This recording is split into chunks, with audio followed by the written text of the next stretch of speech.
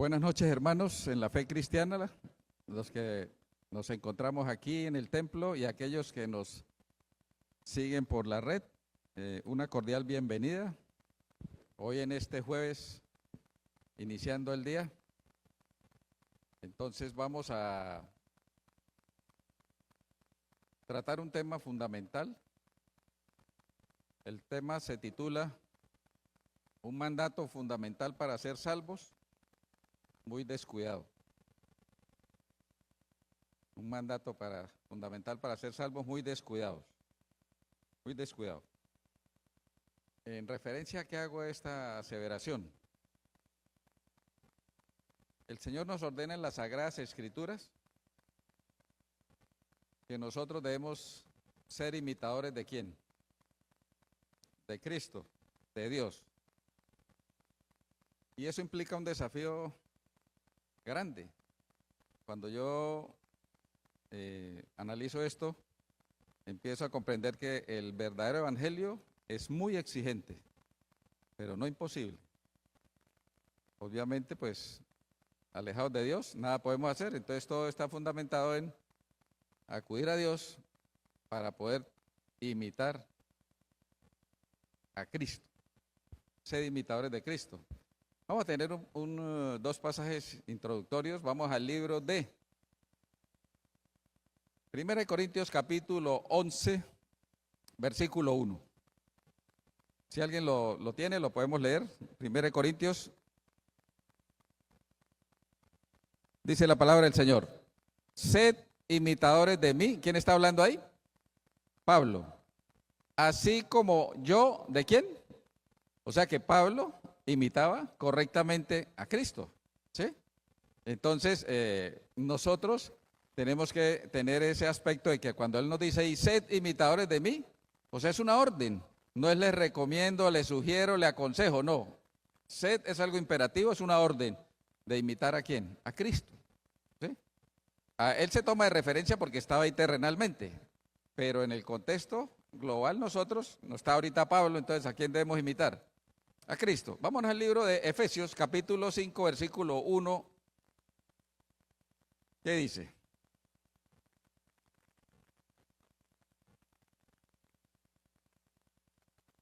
Sed, pues, imitadores, ¿cómo?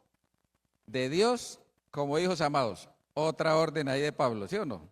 Pero ya no en referencia directamente a él, sino ya trasladándola a ser imitadores de Dios. La palabra del Señor dice en el libro de Mateo 5:48, sed pues perfectos como vuestro Padre Celestial es perfecto. Pero Dios no peca. Jesucristo en Él no fue hallado pecado. Y nosotros que somos por naturaleza pecaminosos, ¿cómo es que nos exhortan a ser perfectos? ¿Perfecto es dejar de ser pecadores? ¿Es dejar de pecar? No, en el carácter de aquí que dice Mateo 5:48, sed pues vosotros perfectos como vuestro Padre que está en los cielos es perfecto, lo podemos aclarar mejor en Lucas 6:36. Lucas 6:36 haciendo la misma relación de la circunstancia en la que estaba, de primero amar a los enemigos, hacerles bien a los que te hacen el mal, bendecir a los que nos persiguen y maltratan, orar por los que nos maltratan y persiguen. En ese mismo pasaje, Lucas da el contexto de qué es ser perfectos como el Padre. Entonces aquí dice, sed pues misericordiosos como también vuestro Padre es ¿qué? Entonces, en el contexto de ser perfectos es el aspecto en el cual cada individuo va progresando a lo largo del conocimiento de la verdad. Entonces hay niños más perfectos espiritualmente que un veterano de 90 años, que no conoce la palabra, etcétera, etcétera. Para entenderlo, cuando un niño nace a los 3 meses, sostiene la cabeza, se voltea a los 4, gatea entre 5 y 6, se sienta a los 6, entonces uno dice, a los 6 se sentó, es un niño perfecto para la edad, ¿sí? Es perfecto para la edad, pero no es perfecto como individuo adulto porque no camina, no corre, no habla, etcétera, etcétera. pero en el estado en que va es perfecto. Así nos pasa. Nosotros somos perfectos en el carácter de Dios en la medida que vamos manifestando el conocimiento aplicado a nuestra vida y vamos siendo perfeccionados, perfeccionados. En ese sentido es que ser perfectos como vuestro Padre es perfecto, es que nos vamos asimilando y lo vamos manifestando, expresando en nuestra vida. Entonces, vamos a mirar, vámonos al libro de Efesios 4:13.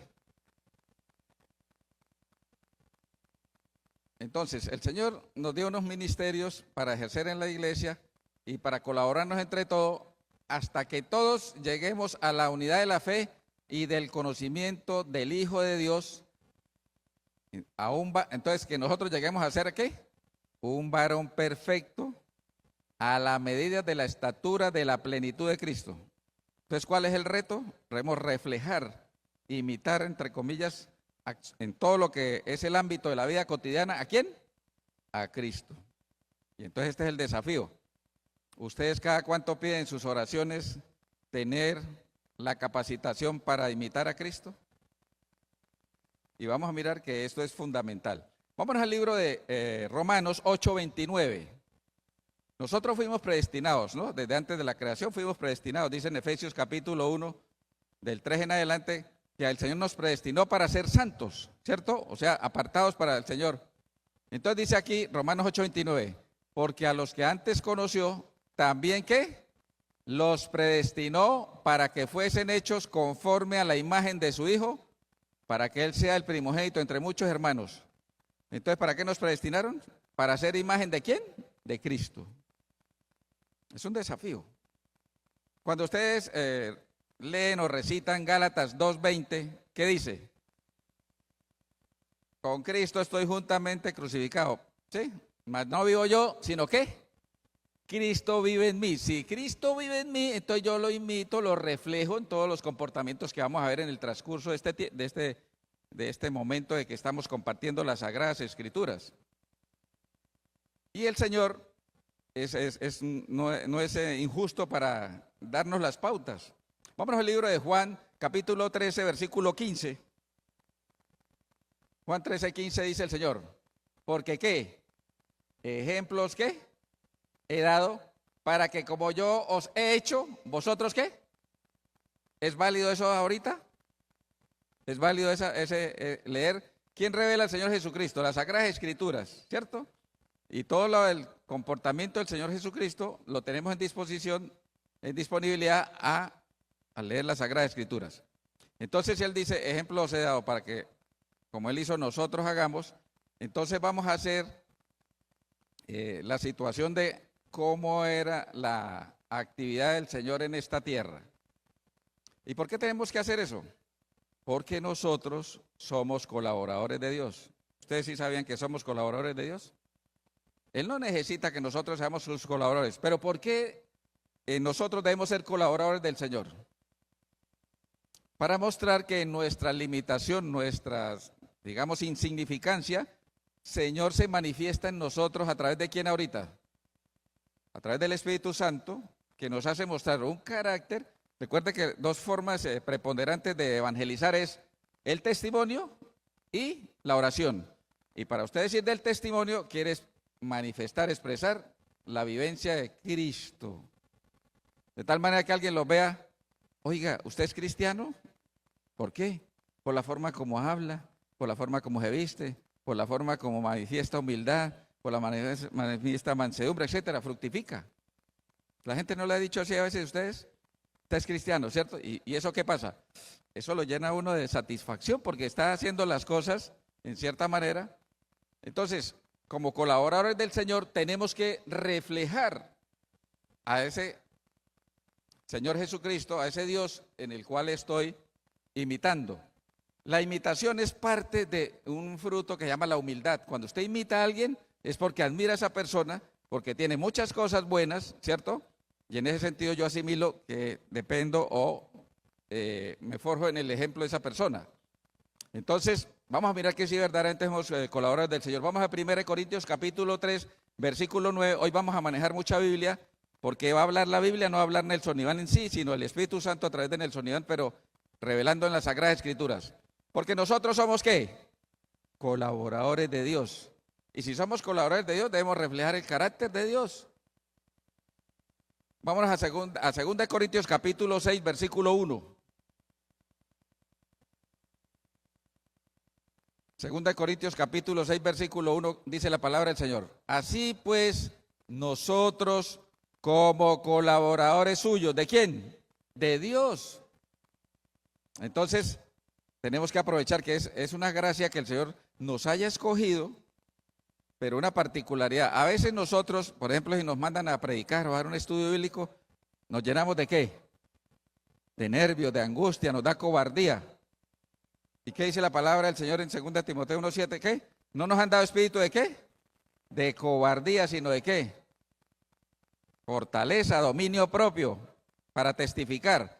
Entonces, nosotros al ser colaboradores del Señor tenemos que manifestar esa fortaleza espiritual que nos es dada por el Espíritu Santo, ¿no? Entonces, al final de los tiempos, mirando dos versículos, Apocalipsis 12, 17, el primero, al final de los tiempos, ¿a quién va a perseguir el diablo? El dragón, o sea, el diablo se llenó de ira contra la mujer, la iglesia, y se fue a hacer guerra contra el resto de la descendencia de ella. Entonces, ¿a quién va a perseguir el diablo al final de los tiempos? ¿Cuál es el sello externo? Los que guardan, ¿qué? Los mandamientos de Dios, ¿y qué? Y tiene el testimonio de Jesucristo. ¿Ustedes saben cuál es el testimonio de Jesucristo? Vamos al libro rápidamente, Apocalipsis 14, 12. Aquí está la paciencia de los santos, los que guardan los mandamientos de Dios y la fe, dice de Jesús, pero lo más práctico de decir en el griego es la fe en Jesús. Entonces usted tiene que estar fundamentado en Jesús. Y para estar fundamentado en Jesús, Él es el modelo perfecto a seguir. Entonces tengo que guardar los mandamientos. Y segundo, ¿por qué? El Señor guardaba los mandamientos. Él vino a cumplir la ley.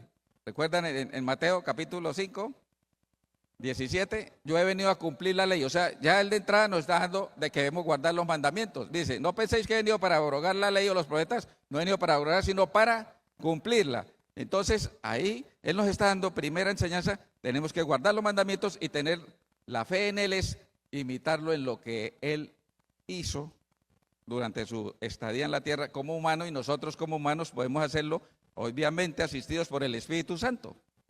Entonces, vamos a mirar, cogiendo la cotidianidad nuestra. ¿Qué es lo que hacemos nosotros en la mañana? Bueno, dormimos, ¿cierto? ¿Y qué hacemos en la mañana? Nos levantamos. ¿Cuál es la costumbre del Señor? Bueno, entonces, orar. Vámonos rápidamente al libro de Marcos 1:35. Marcos 1:35. Nos levantamos y el Señor, ¿qué hace? Marcos 1:35. Levantándose muy de mañana, siendo aún muy oscuro, salió y se fue a un lugar desierto y lloraba. ¿Cuándo es en la mañana que no haya salido el sol? ¿Qué hora es más o menos? Aquí entre nosotros, 3 de la mañana. Bueno, ¿cuántos de ustedes han pedido que el Señor, a través de la influencia del Espíritu Santo, los levante? O si tienen despertador, se despierten a las 3, 4, 5 de la mañana, que todavía el sol no ha salido. ¿Cuántos? ¿Ve? La mayoría de nosotros cometemos ese error. Si somos imitadores del Señor, tenemos que pedirle. Recuerda que nos enseñan que uno de los pecados capitales es la pereza. Y por la pereza no nos levantamos temprano, sino los afanes de este mundo. Y si nos levantamos temprano es a mirar primero el celular, a prender el televisor, porque el noticiero ahora ya empieza temprano, o a mirar las noticias, a mirar el WhatsApp, etcétera, etcétera. Primero los afanes de este mundo que primero estar en comunión con el Señor a través de la oración. Entonces, pedimos fruto de diligencia. El Espíritu Santo nos da la diligencia.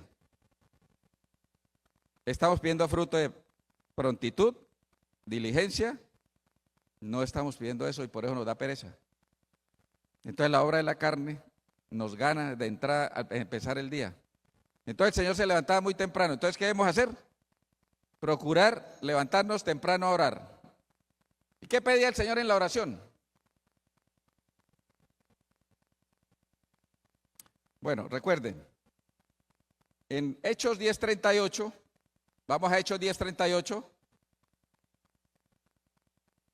el Señor Jesucristo, actuando como humano, requirió ser bautizado con el Espíritu Santo. Ahí dice, cómo Dios ungió con el Espíritu Santo y con poder a Jesús de Nazaret, y cómo éste anduvo haciendo bienes y sanando a todos los oprimidos por el diablo, porque Dios estaba con él.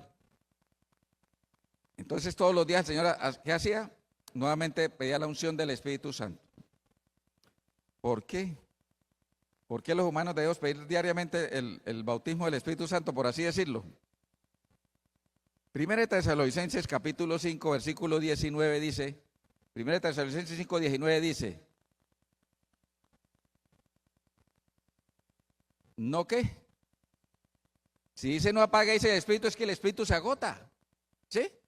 Entonces nosotros recuerda que nosotros por naturaleza tenemos la ley del pecado que mora en nosotros.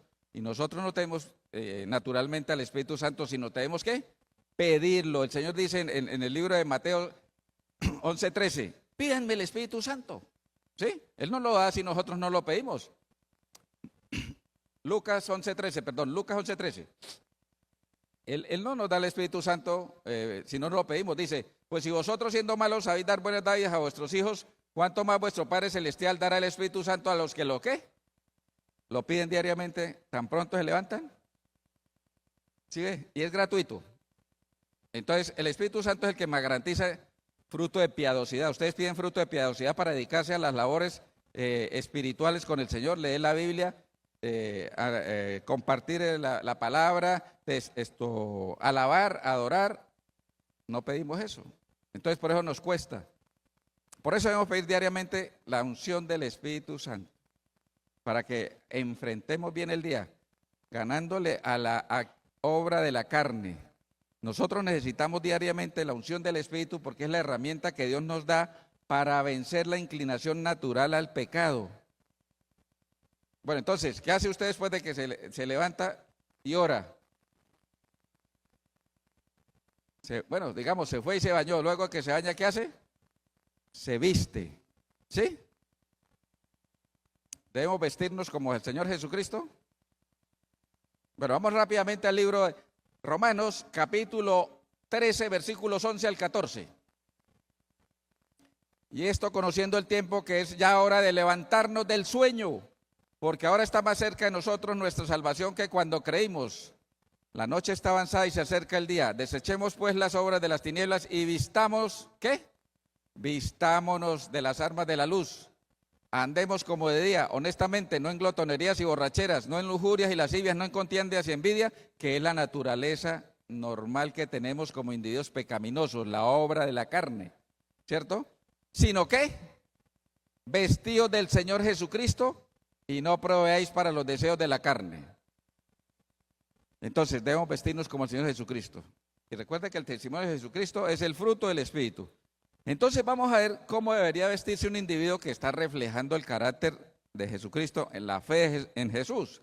Vámonos rápidamente al libro de Colosenses, capítulo 3, del 12 al 17, cómo ustedes y este servidor diariamente le debe pedir al Señor en su oración que me dé ese tipo de vestidos. Dice, vestidos pues como escogidos de Dios, santos y amados, ¿de qué debo primero vestirme? De misericordia. Ustedes piden que el Señor les dé fruto de misericordia de entrada en la mañana para ejercer misericordia con los demás. ¿De qué? De benignidad. Así como vamos poniendo cada prenda, es equivalente a nosotros irnos poniendo cada prenda. De benignidad, de humildad, de mansedumbre, de paciencia. Sigamos soportándonos unos a otros y perdonándonos unos a otros. O sea, debemos vestirnos de perdón, capacidad de perdonar. De la manera que Cristo os perdonó, así también hacerlo vosotros. Piden ustedes capacidad de perdonar a los violadores, a los asesinos en serie, a los extorsionistas, secuestradores, etcétera, etcétera. Y sobre todas estas cosas, ¿vestidos de qué? De amor. ¿Ustedes en el vestido de la mañana piden amor por sus enemigos? La Biblia nos dice que debemos pedir, amar a nuestros enemigos. Mateo 5:44, ama a tu enemigo. Nosotros pedimos ese amor por mi esposa, por mis hijos, por mis amigos, pero no pedimos por los que están haciendo el mal. Por ejemplo, ¿cuántos están pidiendo amor por Nicolás Maduro, Cilia Flores, su esposa, Diosdado Cabello, o por Vladimir Putin, o por Zelensky, o por Netanyahu? Por todos los que están tocando, por los de Nigeria que están asesinando a los cristianos, los de Sudán, los de Libia, los de Siria, Argelia, todos esos que están persiguiendo, ¿ustedes piden amor por ellos? No. Y aquí dice, sobre todas estas cosas, vestidos de amor, que es el vínculo perfecto. Cuando nosotros pedimos solo amor por nuestros hermanos, familiares, etcétera, el Señor dice, siervo malo, siervo inútil, hizo lo que es la lógica, no hizo más allá de lo que es. Recuerda que si alguien te pega una mejilla por la otra, y si te pide una milla, llévale 2 millas, si te pide eso, etcétera, eso es dar más. Pero nosotros estamos muy...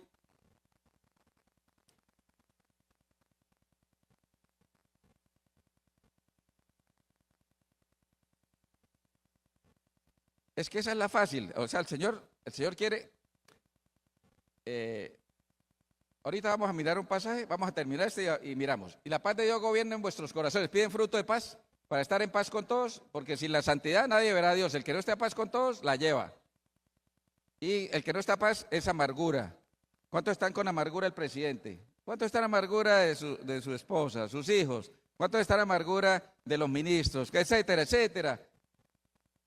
Estamos perdidos porque Hebreos capítulo 12, del 14 y 15 dice que sin la santidad nadie verá al Señor y la amargura echa raíces y me condena, me quita la gracia de la salvación. Entonces por eso debo pedir la paz de Dios para estar en paz con todos. Versículo 16. Entonces aquí pedimos que la palabra de Cristo, o sea, me dé piadosidad para leer, entender, revelación del Espíritu, la palabra del Señor. O en tono himnos de alabanza en la mañana con adoración. Nosotros raramente oramos en las mañanas, cantamos en las mañanas adorando al Señor. Y aquí dice que tenemos que hacernos cuando nos vestimos del Señor. Y versículo 17, ¿qué dice? Y todo lo que hacéis, sea de palabra o de hecho, hacedlo todo en el nombre del Señor. Ese es el pecado más frecuente que cometemos nosotros. No darle gloria y honra al Señor en todo lo que diga. Y entonces es una de las definiciones de pecado en la Biblia. El que sabe hacer lo bueno y no lo hace, ¿le es contado cómo? Santiago 4:17. Saber hacer lo bueno es glorificar a Dios. Ahí no es que pequemos con los mandamientos, no, es no glorificar a Dios, eso es saber hacer lo bueno y no hacerlo, es pecado. Somos jactanciosos. Entonces, para contestar lo que la hermana preguntaba, que primero nuestro entorno y luego los demás y los demás, esa es la lógica y el Señor quiere que nosotros vayamos más allá. Vamos entonces a entenderlo. Vamos rápidamente al libro de 1 Timoteo, capítulo 2, del 1 al 4. Exhorto ante todo, ¿qué es ante todo? Va por encima. A que se hagan rogativas, oraciones, peticiones y acciones de gracias por ¿cuántos? ¿Solo los buenos? ¿Solo nuestros familiares? Por todos. Y vamos a ver por qué. Sigue el número 2. Por los reyes y por todos los que están en eminencia, o sea, los gobernantes, para que vivamos quieta y reposadamente en toda piedad y honestidad. Versículo 3. Porque esto es bueno y agradable delante de Dios nuestro Salvador. Y la cuarta, el cual quiere que todos los hombres sean salvos. Dentro de eso los violadores, maltratadores, secuestradores, extorsionistas, fleteros, todas estas cosas, sean salvos y vengan al conocimiento de la verdad. ¿Por qué retarda el Señor la venida? Esperando que ¿qué? Que todos se salven. Eso, 2 Pedro 3, 8 y 9.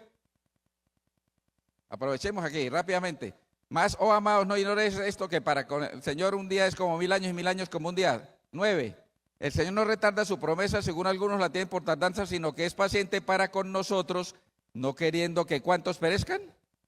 Entonces esos. Por eso hago la salvedad, porque lo nuestro es fácil, pero los otros no. Y el Señor vino a buscar ¿a quién? A los perdidos. Y nosotros tenemos, entre comillas, en nuestro entorno, gente que no está perdida. Él vino a buscar a los perdidos, que son todos esos que que analizábamos. Entonces, en ese sentido es que debemos orar primero por ellos que por mí. Porque lo mío es fácil, pero los otros los descuido en mi.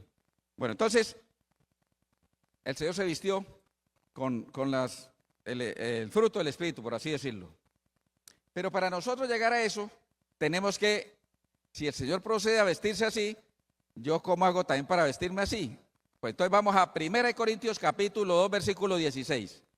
Si el Señor está actuando así de levantarse temprano, si está procediendo a vestirse así, porque nos dice vestidos como el Señor Jesucristo, es porque dice, 1 Corintios 2, 16, porque ¿quién conoció la mente del Señor? ¿Quién le instruirá? Mas nosotros tenemos que, ustedes piden la mente de Cristo en sus oraciones para poder proceder como Él les procedía. Tenemos la mente de Cristo. ¿Quién es la mente de Cristo? El Espíritu Santo. Y yo le pido al Espíritu Santo que me haga efecto al gobernar, perdón, al dirigir, influenciar mi conciencia, guiada por el Espíritu, dice el apóstol Pablo en Romanos 9:1. Mi conciencia guiada por el Espíritu me lleva a tener la mente de Cristo. ¿Y por qué esto es fundamental? Cuando hay situaciones a veces complejas en la iglesia, lo que le dicen a uno es, ¿cómo voy a actuar como actuaría el Señor en este momento? ¿Les han dicho eso muchas veces? ¿Qué debemos hacer? Vamos a hacer lo que haría Jesús en este momento.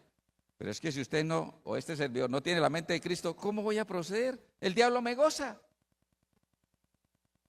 Entonces, si no tengo la mente de Cristo diariamente en mi oración de pedir la mente de Cristo, voy a actuar de una manera errónea, sutil, engañado por el enemigo. Entonces, tenemos la mente de Cristo, ya, nos vestimos. ¿Qué más hacía el Señor? ¿Se alimentaba? ¿Daba gracias en oración por los alimentos? ¿Sí? ¿Ustedes oran y dan ejemplo en donde estén orando por los alimentos?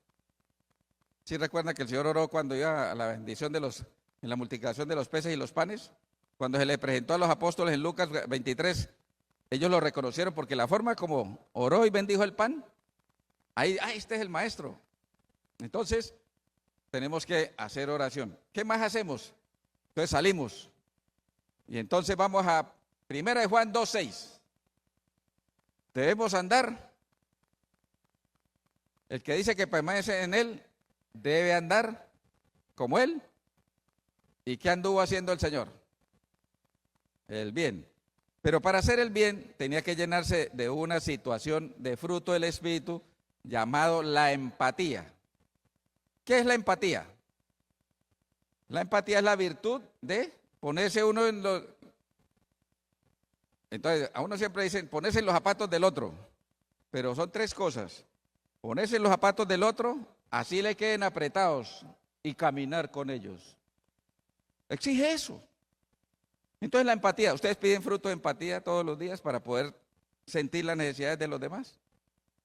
Entonces nosotros nos ponemos a criticar, es que ese es un flojo, es que yo no sé qué, es que no sabemos si está deprimido, no sabemos si está en una situación de las hormonas, por ejemplo la tiroides muy bajita, entonces él no funciona, ¿no? Y nosotros prejuzgando. Pero cuando tenemos ese fruto de la empatía, nos ponemos en la situación y vamos entendiendo a las personas. ¿Cómo sabemos que el Señor sentía empatía, sentir compasión por los demás?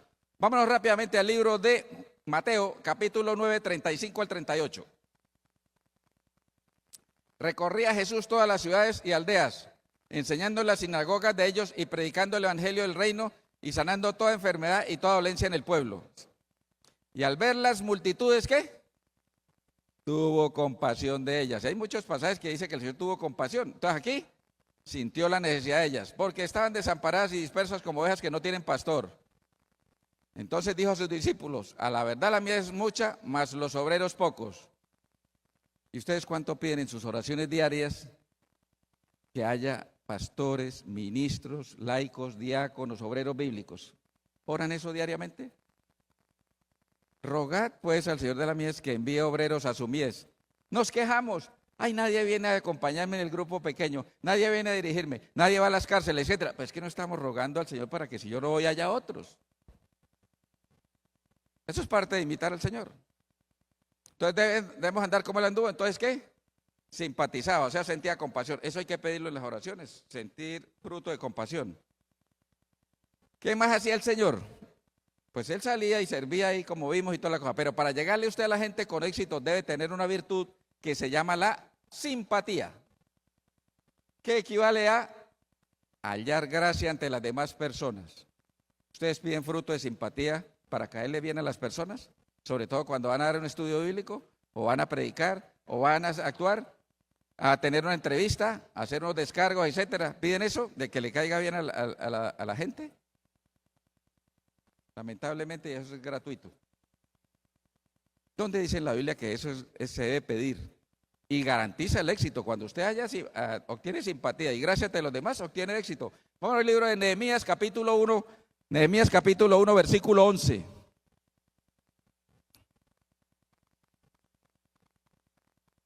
Te ruego, oh Jehová, esté ahora atento tu oído a la oración de tu siervo. Entonces, ¿quién estaba hablando ahí? Nehemías, orándole al Señor. Y a la oración de tus siervos, quienes desean reverenciar tu nombre, concede ahora buen éxito a tu siervo y dale gracia delante de aquel varón, porque yo servía de copero al rey. Entonces, ¿qué pidió ahí en oración? ¿Hallar gracia? Por ejemplo, Noé halló gracia ante Dios. Fue el único. Fue el único.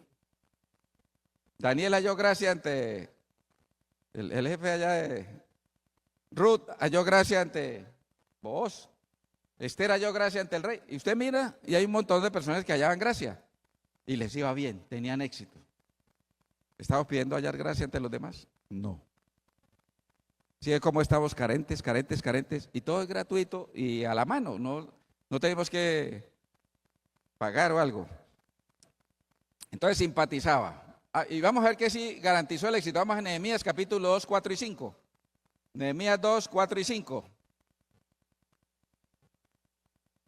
Dice, me dijo el rey, ¿qué cosa pides? Entonces oré al Dios de los cielos y dije al rey, si le place al rey y tu siervo ha hallado gracia delante de ti, envíame a Judá, a la ciudad de los sepulcros de mis padres, y la reedificaré. Y ustedes miran qué pasó ahí en adelante. Le dio más de lo que necesitaba. Todos los materiales, todas las personas y hasta el ejército para que fueran y lo acompañaran. Y halló gracia. Bueno, ¿qué más entonces el Señor hacía? Entonces empatizaba, simpatizaba, servía. ¿El Señor servía? Mateo 20, 27, 28.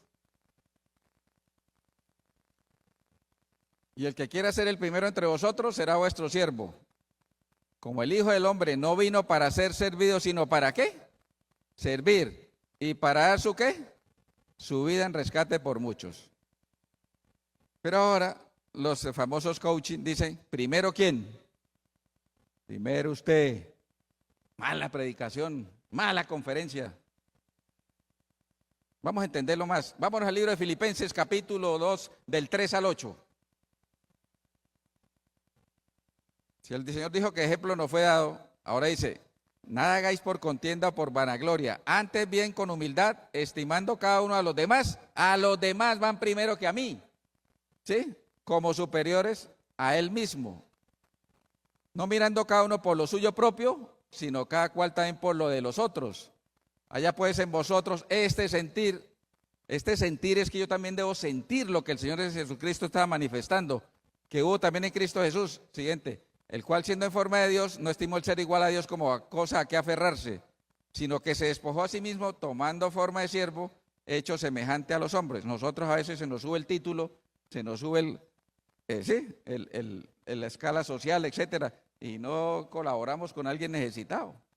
Porque ese es iletrado, ese es inculto, ese es necio. ¿Recuerdan? El Señor escogió a lo que, a lo necio, lo vil y lo insensato, y nosotros lo que hacemos es discriminarlo. Aquí en la iglesia a veces y en la otra iglesia hay discriminaciones sutiles, pero se notan y la gente se queja. Entonces el Señor nos mostró que se humilló a sí mismo, haciéndose obediente hasta la muerte y muerte de cruz. Entonces cuando el Señor dice, se humilló hasta la muerte de cruz, dice el Señor, el que quiere ir en pos de mí, tome ¿qué? Tome su cruz y sigue. Tomar la cruz es que nosotros tenemos que estar expuestos a la humillación, estar expuestos a la crítica, a la discriminación. Ay, se nos volvió evangélico. A ese no lo volvemos a invitar porque eso no Eso de pronto resulta predicándonos, etcétera, etcétera. Entonces, nosotros al imitar al Señor Jesucristo que tomó la cruz, nosotros también debemos tomar nuestra cruz. Y muerte de cruz. Pero aquí cuando dice el Señor, y el que halle su vida, la perderá. El que halle su vida es que el que encuentra el confort en este mundo, la perderá porque en el juicio no aguanta. Y el que pierde su vida de confort y de todo en este mundo, o sea, sacrifica eso de la obra de la carne, la tendrá. ¿Sí? El que pierde su vida, la tendrá. ¿Por qué? Porque entramos ya en el carácter del perfeccionamiento cristiano. ¿Qué más hacía el Señor? Entonces, servía. Y entonces, como dice, servía era que expulsaba demonios, sanaba enfermos, ¿cierto? ¿Quién expulsaba a los demonios? ¿Jesús o quién? El Espíritu Santo. El Espíritu Santo es el que expulsaba a los demonios. Entonces, y los milagros los hacía el Espíritu Santo. Entonces, nosotros tenemos que tener esa dependencia absoluta del Espíritu Santo para combatir la obra de la carne, esa ley del pecado que mora en nosotros y que estamos en desventaja. Entonces, ¿qué más hacía? Bueno, servía, enseñaba. ¿El Señor enseñaba? ¿Sí? Se reunía en la sinagoga, se reunía en las casas y todo, y enseñaba. ¿Se congregaba en sábado? ¿Sí? Cuando el Señor dijo, ejemplo os he dado porque como yo he hecho vosotros hagáis. Entonces, uno de los versículos favoritos míos para mostrar a las personas que debemos imitar al Señor Jesús, sí. Bueno, entonces imitémoslo en cómo se congregaba. Vámonos al libro de Lucas 4:16. Lucas 4:16 dice, vino a Nazaret donde se había criado y en el día de reposo entró en la sinagoga conforme a su costumbre y se levantó ¿a qué? A leer. Hay un pasaje de Hebreos capítulo 10, 25, Hebreos 10, 25, no dejando de ¿qué? Eso es una orden, no dejando de congregarnos como algunos tienen por costumbre. ¿Cuál era la costumbre del Señor? Congregarse en el día ¿qué? De reposo, sino exhortándoos y tanto más cuando veis que aquel día se acerca. Entonces, imitar al Señor es congregarnos en el día de reposo. Entonces el Señor servía, enseñaba, el Señor predicaba. En esa parte de la enseñanza era predicar. ¿Y hacía qué? El llamado. ¿Sí? Él llamó a sus discípulos, llamó a muchas personas, los exhortaba y les hacía el llamamiento. Nosotros estamos sirviendo a la gente, estamos predicando, recuerde que la gran comisión es ¿qué? Mateo 28, 18, 19, ¿qué dice? Y a predicar el evangelio a toda nación, tribu, lengua. Siga el 19. Por tanto, id a ser discípulos a todas las naciones, bautizándonos en el nombre del Padre, del Hijo y del Espíritu Santo. Y el 20, enseñándoles que guarden todas las cosas que os he mandado. Y he aquí, yo estoy con vosotros todos los días. ¿Hasta qué? Esa es una garantía de que siendo imitadores del Señor, Él va a estar ahí pendiente de nosotros. Y una característica es, bueno, yo cómo voy a predicar y cómo voy a hacer todo esto si no soy capaz, yo no sé, me da pena. Vámonos al libro de Juan, capítulo 6, 44 y 45. Ninguno puede venir a mí si el Padre que me envió no le trajere, y yo le resucitaré en el día postero. Entonces viene la solución. Escrito está en los profetas. ¿Y serán qué? ¿Cuántos? ¿Enseñados por quién? Es que yo tengo que tener la humildad de decir, Señor, no soy capaz, enséñeme, capacítame. ¿Y el Espíritu Santo qué? Así que todo aquel que oye al Padre y aprendió, viene a mí. Entonces, ¿qué? ¿Cómo es la circunstancia? El Espíritu Santo fue ungido, Jesús fue ungido con el Espíritu Santo. ¿Y entonces qué hace el Espíritu Santo con nosotros? Habla por nosotros. Vamos al libro de Marcos, capítulo 13, versículo 11. El Señor no deja ahí al azar el que poder decir, no, pero es que no soy capaz y todo. Aquí dice que nos capacita. Pero dice, pero cuando os trajeren para entregaros, no os preocupéis por lo que habéis de decir, ya sea una conferencia, una predicación, unos descargos, una entrevista. Ni lo penséis, sino lo que os fuere dado en aquella hora, eso hablad. Porque no sois vosotros los que habláis, sino ¿quién? El Espíritu Santo. Entonces, el Señor nos llama, nos capacita para ejercer esas labores de enseñanza, de exhortación y llamamiento. ¿Qué otra circunstancia de perfeccionar en el carácter del Señor? ¿El Señor perdonaba? Ahí en el Evangelio de Lucas 23:34 dice que, Señor, perdónalos porque ¿qué? ¿Estamos nosotros en la facultad de perdonar? ¿Cuántas veces al día tenemos que perdonar? Si la persona viene arrepentida, ¿hasta cuántas veces?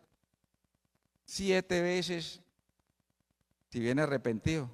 Uy, pero los judíos tenían la costumbre hasta la tercera y ya no más. Pero el Señor dice 7 veces, pero aquí 7 veces no es número literal.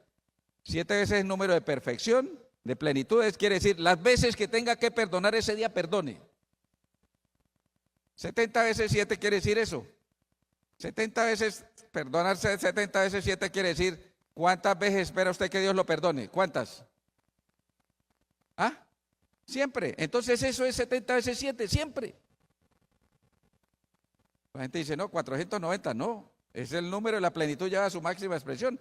Todas las veces que, entonces usted quiere que el Señor esté en disposición de perdonar, pero esa es una facultad que tiene que pedirle al Espíritu Santo para poder ejercerla. Ejemplo, si viene una persona, un violador, y delante de usted viola a su hijo y lo mata, ¿es capaz de perdonarlo? Dice, eso es imposible, que lo perdone Dios. Aprendí de un predicador que se puede hacer eso siempre y cuando nosotros por fe asimilamos que si Jesucristo fue capaz de perdonar a los que lo estaban maltratando, lo estaban humillando, lo estaban violando en la intimidad, etcétera, etcétera, él que dijo, perdona a los que, en el momento que estaba sufriendo eso, él estaba ejerciendo el perdón.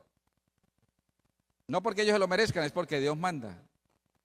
Entonces, le aprendí al predicador que esas cosas que usted ve que son imposibles humanamente de perdonar, por fe pídale al Señor Jesucristo que el Espíritu Santo le dé a usted la capacidad de ejercer el perdón que ejerció Jesucristo en el momento en el cual estaba siendo maltratado, humillado y sometido a muerte. Y así lo logra uno. Si él tuvo esa capacidad, influenciado por el Espíritu Santo, nosotros podemos tener esa capacidad. Eso llevando al extremo, ¿no? ¿Qué más hacía el Señor?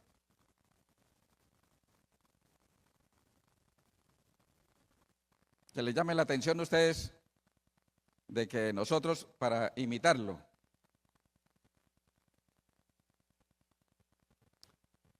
¿cuál es la mayor manifestación de amor por las personas? Vámonos al libro de Juan 15:13. Juan 15:13.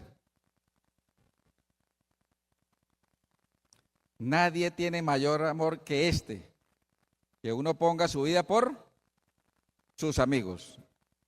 Vamos a Juan 13:1. Antes de la fiesta de la Pascua, sabiendo Jesús que su hora había llegado para que pasase de este mundo al Padre, como había amado a los suyos que estaban en el mundo, ¿los amó hasta cuándo? Hasta el fin. No cesó de enamorar, porque el amor nunca deja de ser. Entonces, amar, dar la vida por los demás, puede implicar sacrificar mis deseos en función de los deseos de la otra persona o las necesidades de la otra persona. Esa es dar la vida, entre comillas. Pero aquí también es dar la vida. ¿Cuántos padres no han sacrificado su vida para que su esposa, sus hijos o sus padres queden vivos? Y él sacrificándose, hasta allá llega el amor. El amor todo lo sufre, todo lo puede. ¿Sí? Pero nosotros pedimos ese amor suficiente como para manifestar eso, de dar la vida por los demás, no solamente en nuestras prioridades, sino en la cuestión a veces de vida física. No pedimos ese amor con esa suficiencia de llegar a ese extremo. Entonces, ¿ustedes serían capaces de dar la vida por alguien que la hirió a usted y se está desangrando y usted ayudarlo a sobrevivir a él y usted morir? Si la tiene bien clara que ella está en paz con el Señor, ella da la vida y le da la oportunidad a quien no conoce la salvación o no está en esto, tener vida para salvación. Así es de exigente el Evangelio. Entonces, como lo aprendí en un testimonio que vi ahí, a un muchacho que acaba de apuñalear a otros muchachos y toda la cosa, y vinieron otros y lo agarraron y como dicen esas de los finales felices, paradójicamente nosotros nos gusta decir eso, que los finales felices cuando muere el impío ¿sí? Que el atracador lo cogen y lo queman o le queman la moto, etcétera, y nosotros, ay, que no, eso, el Señor dice que no se goza de la muerte del impío y nosotros gozándonos con esos TikTok de que, ay, me gustan los finales felices y nosotros patrocinando eso. Y el chico estaba ahí moribundo y se le acerca una abuelita y le dice, hijo, ¿conoces a Dios? Te voy a compartir el evangelio en estos minutos que te quedan de vida, ofreciéndole garantía de salvación. Pero los otros eran en lugar de ¿qué? Agredirlo, matarlo, y alguien sí compadeciéndose de esas personas, como dice, no me gozo de la muerte del impío, dice el Señor ahí en el libro de Ezequiel. Así es, ese es amor por esa persona. ¿Sí? Entonces, ¿qué más hacía el Señor? Tenemos que experimentar. ¿Cuántos bautizos experimentó el Señor? ¿Cuántos bautismos? ¿Ah? ¿Cuántos? ¿Cuántos? 3. Pues el bautismo número 1, ¿cuál fue? Vamos a rápidamente Mateo 3:11. Mateo 3:11 dice la palabra del Señor. Y yo a la verdad os bautizo. ¿Quién está hablando ahí? Juan el Bautista. Yo a la verdad os bautizo en agua para arrepentimiento, pero el que viene tras mí, cuyo calzado yo no soy digno de llevar, es más poderoso que yo. Él os bautizará ¿en qué? En Espíritu Santo y fuego. Entonces el Señor fue bautizado, ahí más adelante dice en el río Jordán, primero con agua, después este es mi Hijo amado en quien tengo complacencia, y descendió el Espíritu Santo en forma de paloma y se posó en él. Esos son los dos primeros.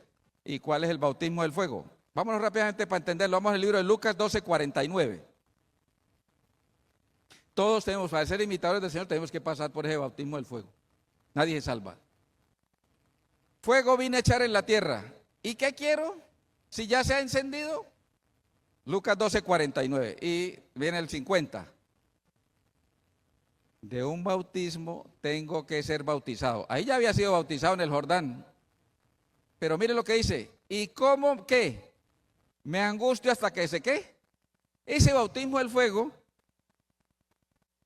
es que los sufrimientos, las tribulaciones, el cáliz que tenía que soportar. Entonces, el Señor dice en el libro de Marcos que todos tienen que beber de esa copa, o sea, todos tenemos que ser bautizados. Recuerda que juntamente con Cristo somos ¿qué? Porque tenemos que pasar también las aflicciones y penurias. Y entonces, ese bautismo, para entenderlo, vámonos al libro de Hechos 14:22. Son las tribulaciones, el bautismo del fuego son las tribulaciones. Dice, confirmando los ánimos de los discípulos, exhortándoles a que permaneciesen en la fe y diciéndoles, es necesario. ¿Qué significa la palabra necesario? Toca. ¿Sí? No hay chance. Es necesario que a través de ¿cuántas tribulaciones? Muchas tribulaciones entremos en el reino ¿de quién? De Dios. Hechos 14:22. Entonces nosotros tenemos que experimentar muchos bautismos. Entonces, ¿cuál otro ejemplo nos dio el Señor? Obediencia. ¿El Señor obedecía al Padre? ¿Sí?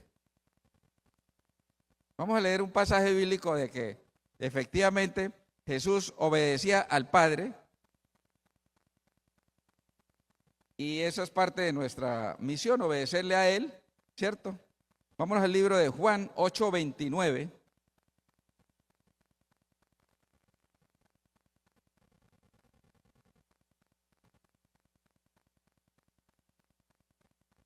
Porque el que me envió conmigo está. No me ha dejado solo el Padre, porque yo hago siempre lo que le agrada. ¿Y qué es lo que le agrada a un hijo? ¿Cuál es la mejor dádiva de un hijo hacia nosotros? La obediencia. ¿Sí? La obediencia. Y aprovechemos que estamos en Juan 6:38. Juan 6:38. Porque he descendido del cielo no para hacer mi voluntad, sino la voluntad del que me envió. Entonces nosotros debemos ser obedientes ¿a quién? A la deidad en general, el Padre, el Hijo y el Espíritu Santo. Entonces nosotros tenemos que, en esa ser imitadores del Señor, ser obedientes, ¿cierto? Dentro de eso de imitar al Señor, tenemos que también tener temperancia. temperancia. A pesar de que el Señor, ¿cuánto tiempo oraba el Señor? ¿Ah? ¿Se han preguntado? A ver, rápidamente ahí Lucas 6, 12. En aquellos días, él fue al monte a orar y pasó la noche. ¿Cuántos de ustedes han pasado una noche orando? Como para decir, voy a tratar de imitar al Señor. Entonces en vigilias algunos lo hacen. ¿Sí? Pero nosotros, la mayoría hacemos es como Daniel 6:10.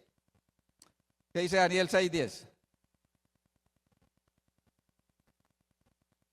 Cuando Daniel supo que el edicto había sido firmado, entró en su casa y abiertas las ventanas de su cámara que daban hacia Jerusalén, se arrodillaba ¿cuántas veces?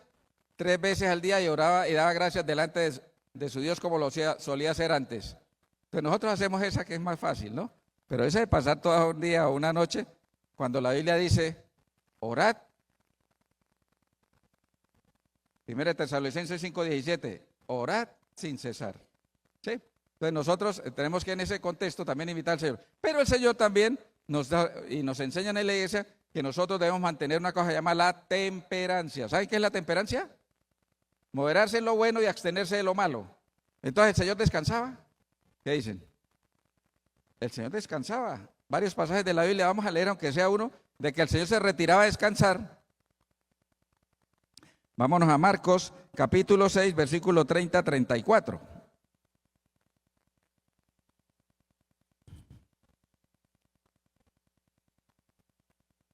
Marcos 6, 30-34.